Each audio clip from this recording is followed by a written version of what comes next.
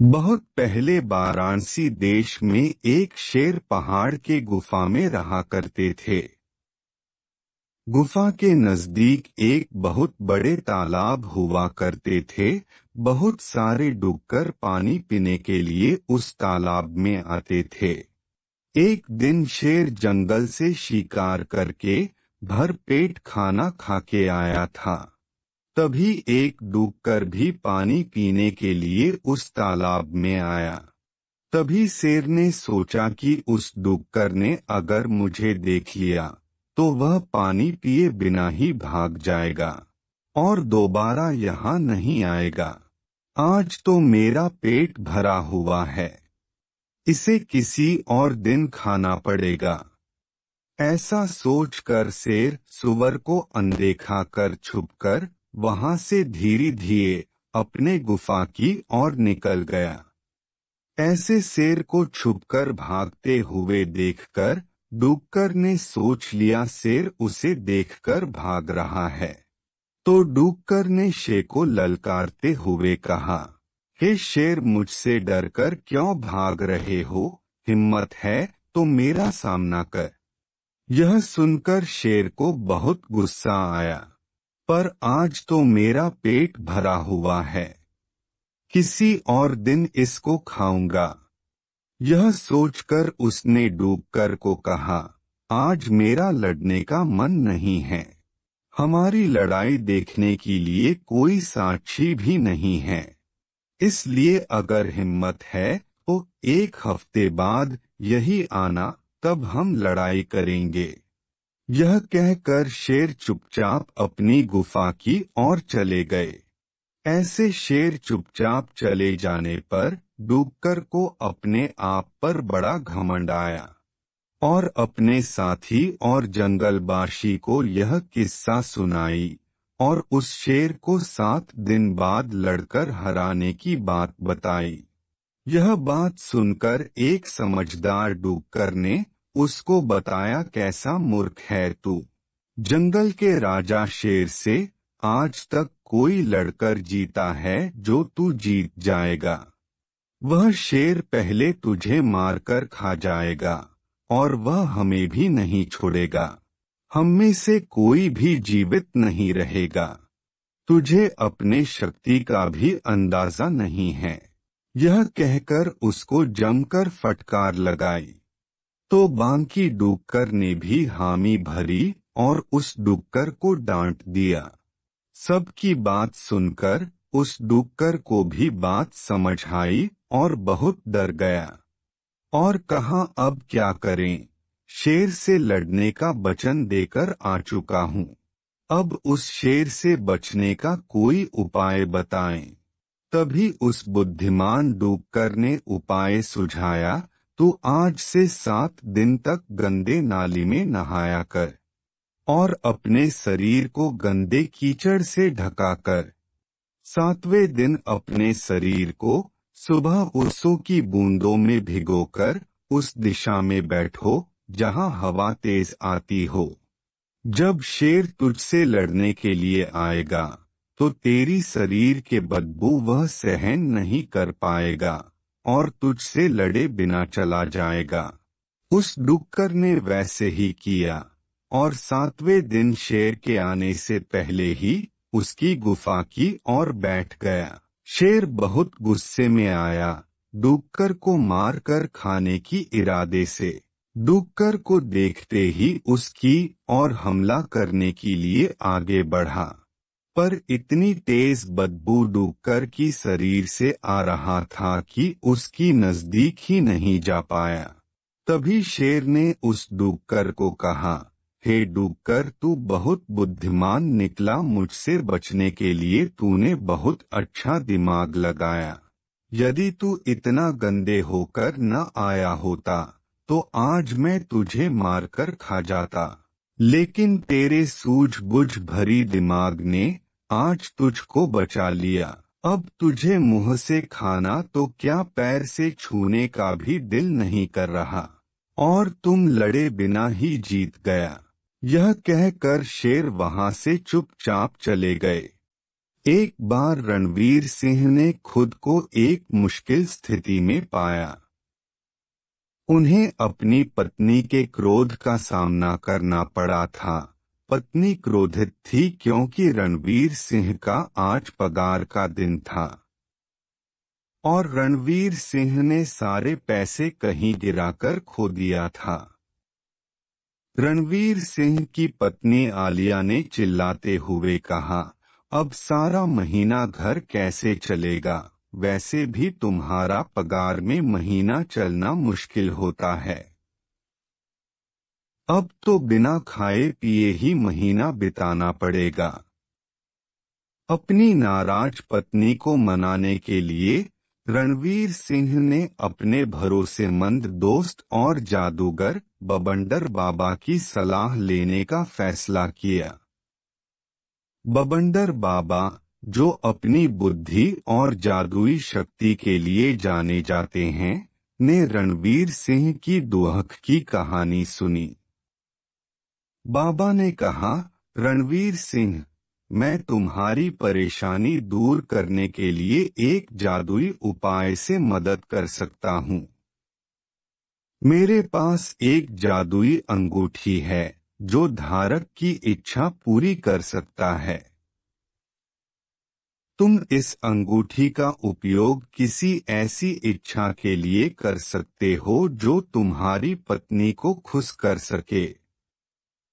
अपनी समस्या के समाधान की आशा से उत्साहित रणवीर सिंह तेजी से बाबा की कुटिया की ओर बढ़े। बाबा ने उसे जादुई अंगूठी दिया और समझाया, रणवीर, तुम्हें अपनी इच्छा स्पष्ट करनी होगी। ध्यान से सोचो। यह अंगूठी मैं तुम्हें केवल 1 महीने के लिए दे सकता हूँ और इसका उपयोग तुम केवल हफ्ते में 1 ही बार कर सकोगे। रणवीर सिंह अंगूठी को लेकर घर लौटा और पत्नी आलिया को दे दिया। उन्होंने कहा, मेरी सबसे प्यारी पत्नी, मुझे पता है कि मैंने एक भयानक गलती की है और मुझे गहरा खेद है। सुधार करने के लिए मैं आपको यह जादुई अंगूठी पेश करता हूँ। यह आपकी कोई भी इच्छा पूरी कर सकता है।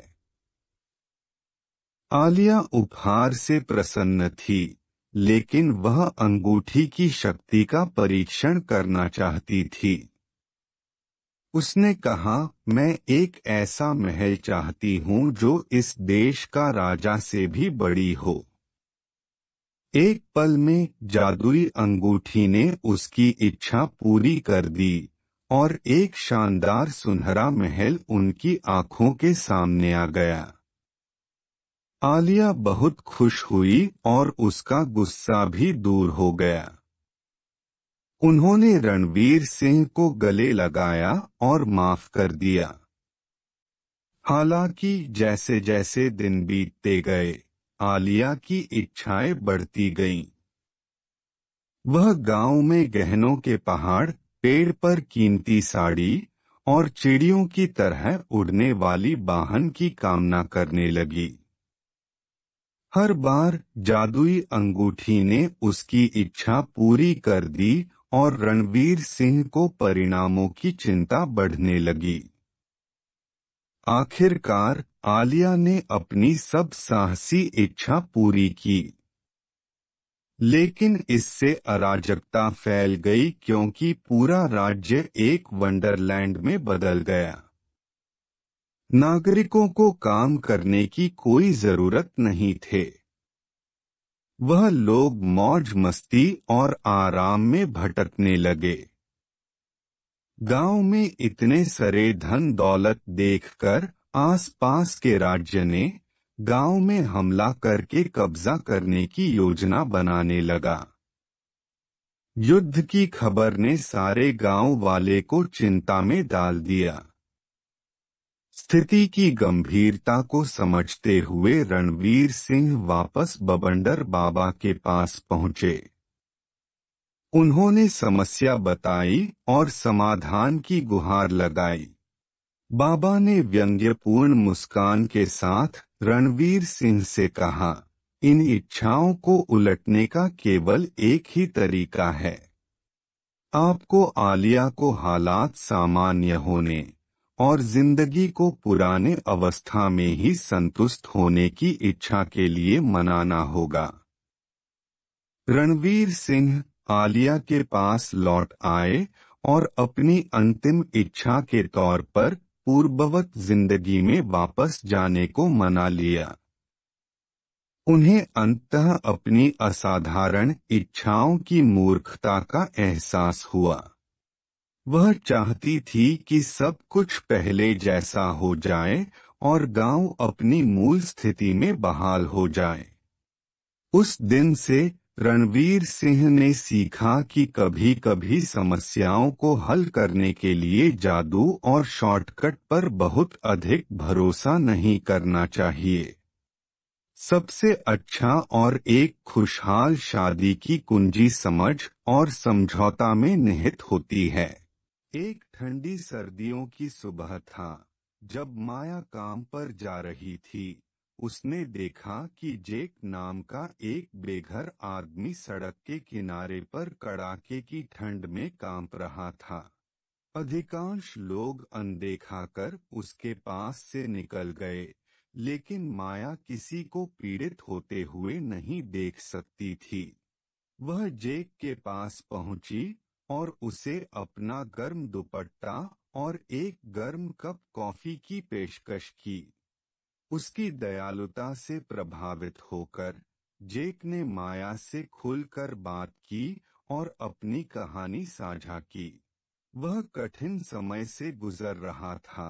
वह छोटे से गांव से नौकरी की तलाश में शहर आया था और उसके पास देखभाल करने के लिए कोई परिवार भी नहीं था।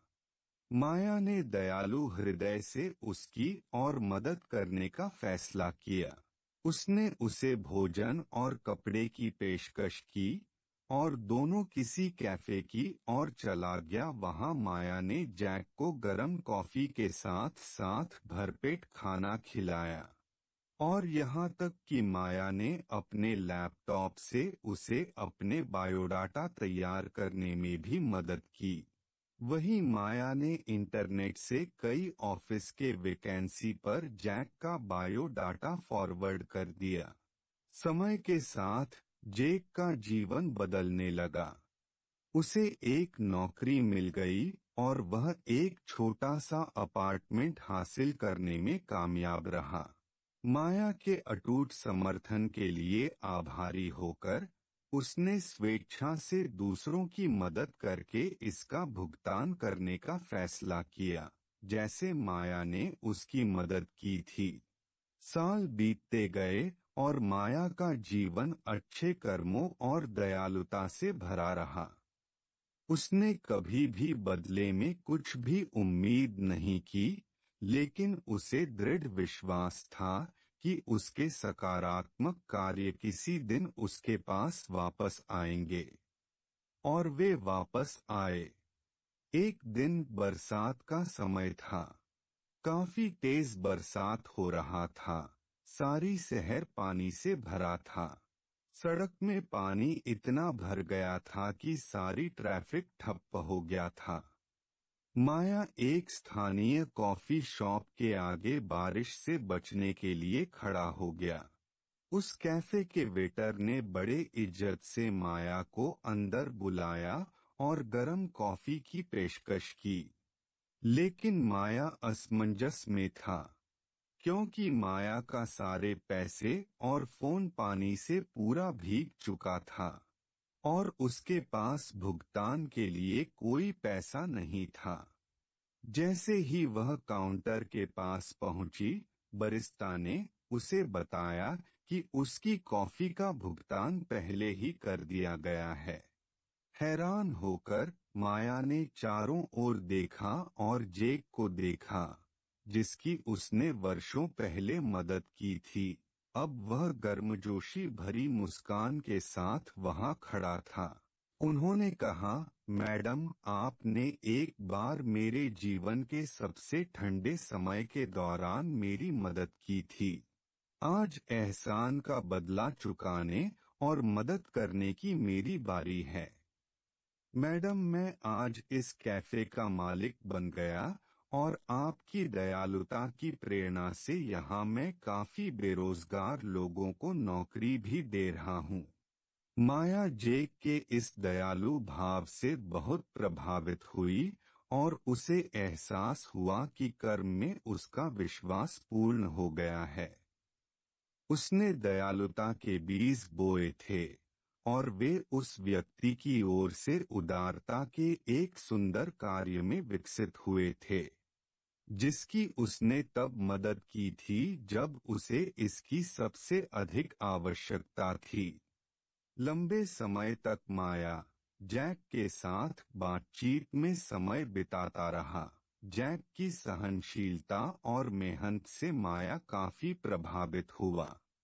काफी समय बाद शाम को बारिश थोड़ी कम हुआ तो जैक ने अपने ड्राइवर को कार में माया को घर तक छोड़ने को कहा। उस दिन के बाद से कर्म की शक्ति में माया का विश्वास और भी मजबूत हो गया और वह जहां भी गई दयालुता फैलाती रही, यह जानते हुए कि ब्रह्मांड के पास उस प्यार और अच्छाई को वापस करने का एक तरीका है जो उसने दूसरों के साथ साझा किया था।